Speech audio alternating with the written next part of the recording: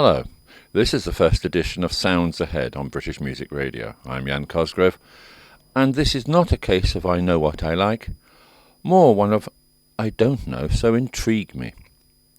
Nor is it the well-worn path of the latest trend. Being strictly pleb, I don't know too much about that. What we have in this edition is some self-referred material. Yes, you sent it to me, probably thinking it won't get a hearing, and someone rather better known out there at the end. The self-referral covers 3 pieces of music and a talk. We start with Freak Speak by David Lloyd Howells. You can find out more about him at Music Web International, but it says of him, multi-talented composer, poet, gifted teacher, writer, thinker, highly commended humanitarian campaigner, born 1942, Cardiff, Wales, educated universities, Wales, London, York, prize winner Walford Davies Music Award, 1980, elected 1980, Fellow Royal Society of Arts for work in creative music education. Freak Speak came to my attention quite some years back when I was involved in a local commercial radio classical hour.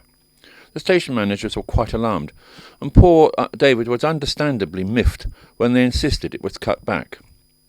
It's here in a revised 2013 form. Freak Speak's followed by a talk by David, The Worm and the Muse, dealing with cultural totalitarianism.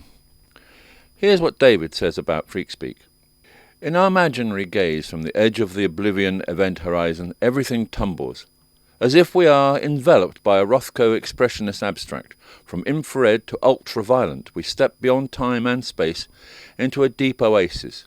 Parable our hope may save us from ourselves drowning in quasar dust of a trillion suns.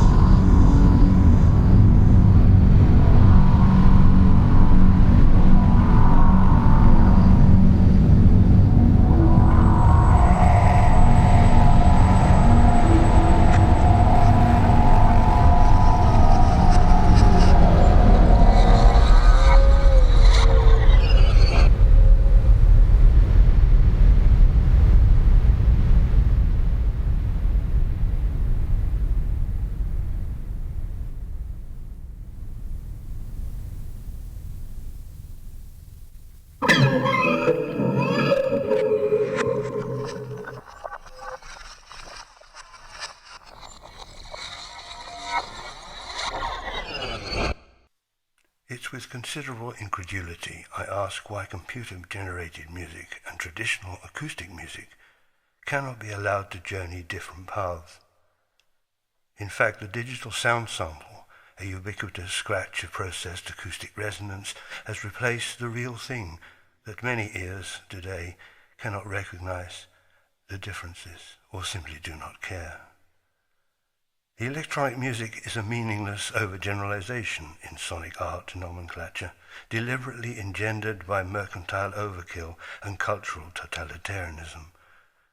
From entertainment to education, synthesized sound bites have replaced live music, making professional musicians redundant. A factor which ignominiously sustains the view that audio technology is a threat rather than an entirely different genus of extra-musical sound. Experience also teaches us that in order to mitigate this propaganda threat to acoustic music and to exacerbate this ridiculous dichotomy, acoustic tradition has all but annexed music technology, subsuming and morphing it into acoustic practice. The universe of sound has been reduced thereby from becoming the creatively exciting, challenging, and liberating phenomenon it remains. The programmable polyphonic digital sound sequencer, workstation, computer have become the indispensable tool for commercial music.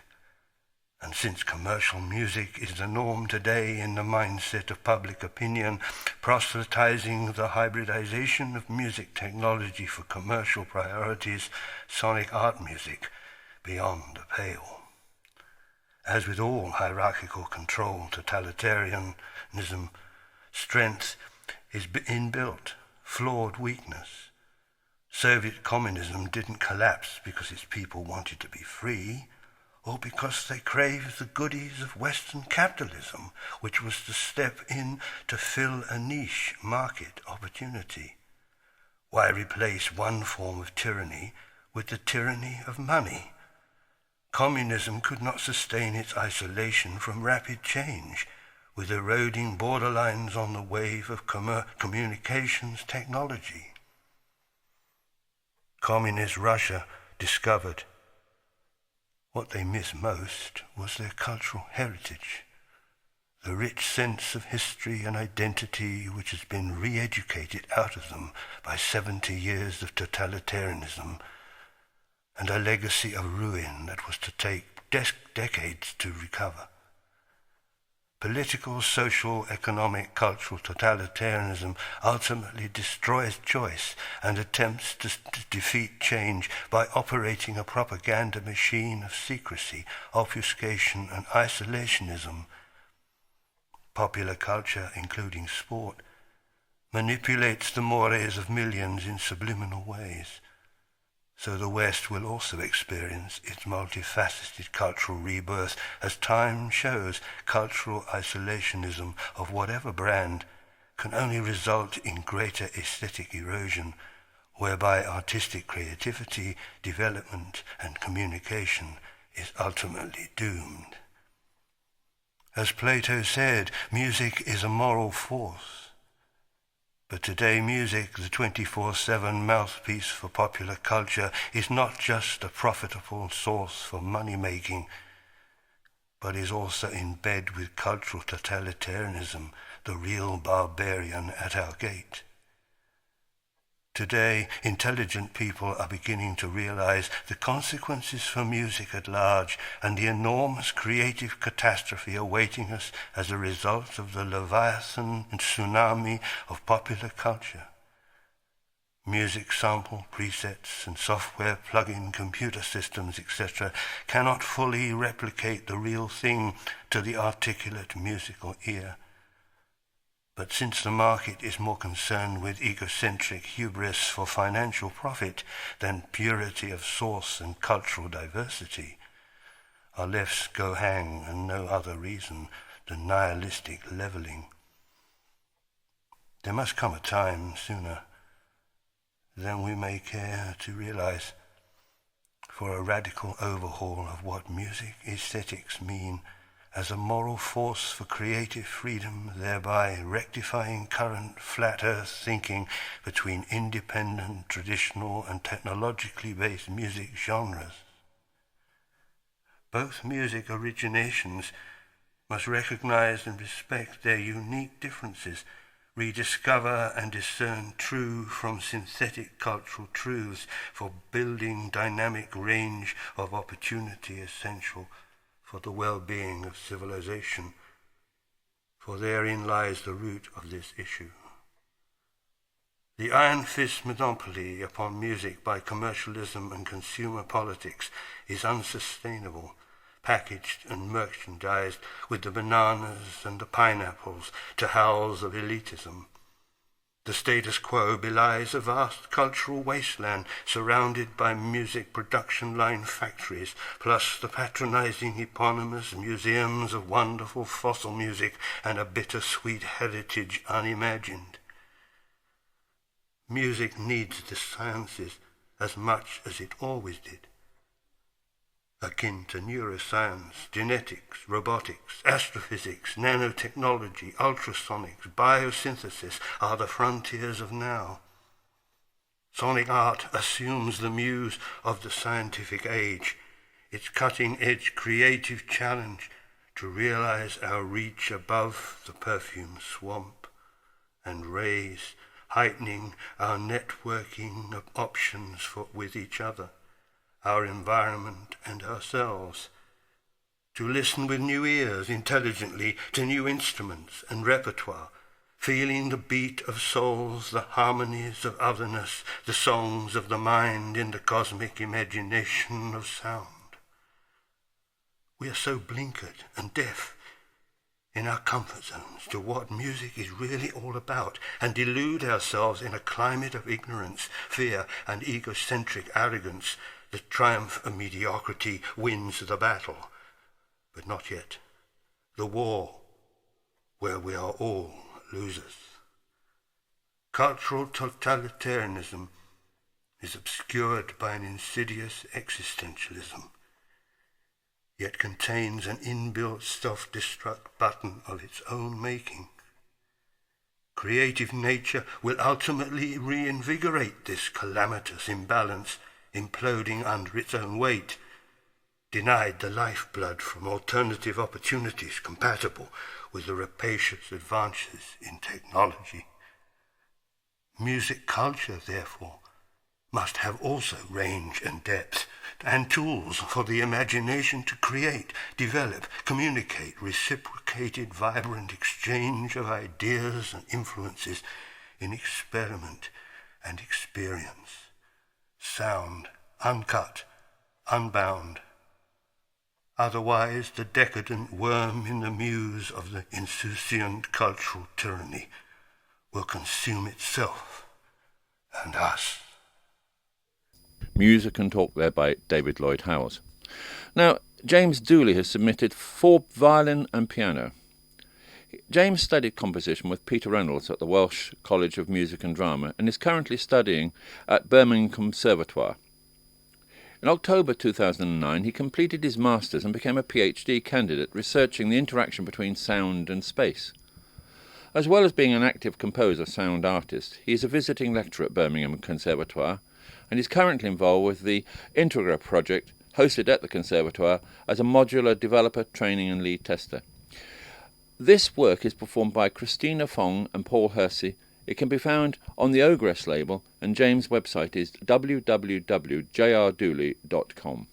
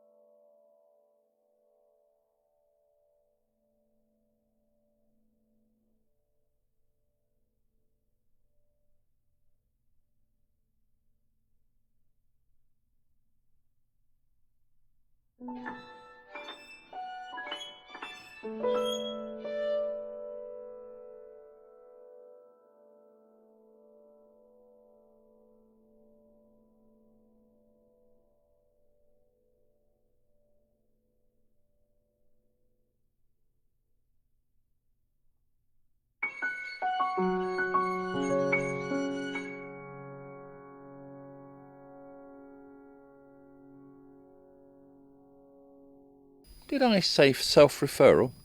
Well, if they can, I can. And here's the only piece I have ever composed. You start with Audacity, the free program I use to record BMR. You find you can create a tone. You modify to bell-like, transpose it, and create 2 tracks of bell sound. Left and right. So far, so good. So you create a 3rd track, which is the first 2 combined, compressed, repeated, and otherwise messed with. For track 4, all that inverted and stretched slightly, and lately reversed. Track 5 is a new sound, a rising and falling volume percussive sound, which is then varied for track 6 and 7, so the effect is a percussion from centre right and centre left. Hey voila, we have comp 312A1.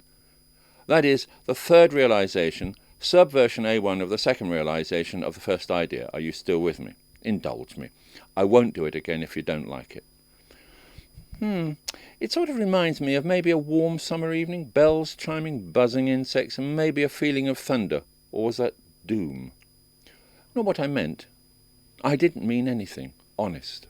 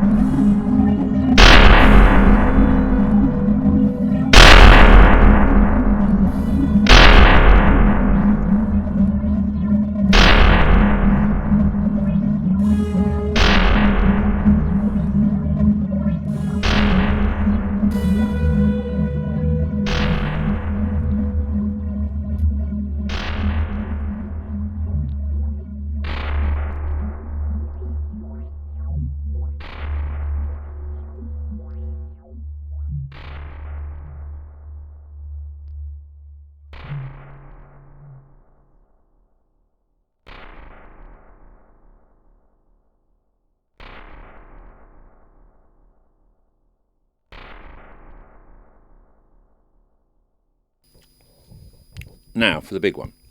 Michael Finnessy, a new CD just issued of 3 of his works on Metier, with the new music players. Critic to Alterskraft for flute, clarinet, violin, cello and piano from 1991. It starts slowly and progresses without ever picking up speed as such. Yet it is redolent of the work of Morton Feldman in the energy and momentum which Finnessy doesn't so much inject into its completely planned peregrinations as to appear to draw out of them. It's a response to the work of the same name of the philosopher Kant, and scored for just 5 musicians. The evident obsession is as restrained as it's intriguing. Instruments perform extraordinary feats, like the protracted clarinet drone at the start. These contrast with a prominent piano and the shifting in and out of focus of the small sub-ensemble simultaneously to create and suggest textures that convey far more than you might imagine from the scoring. The players, however, never stray towards undue virtuosity for its own sake.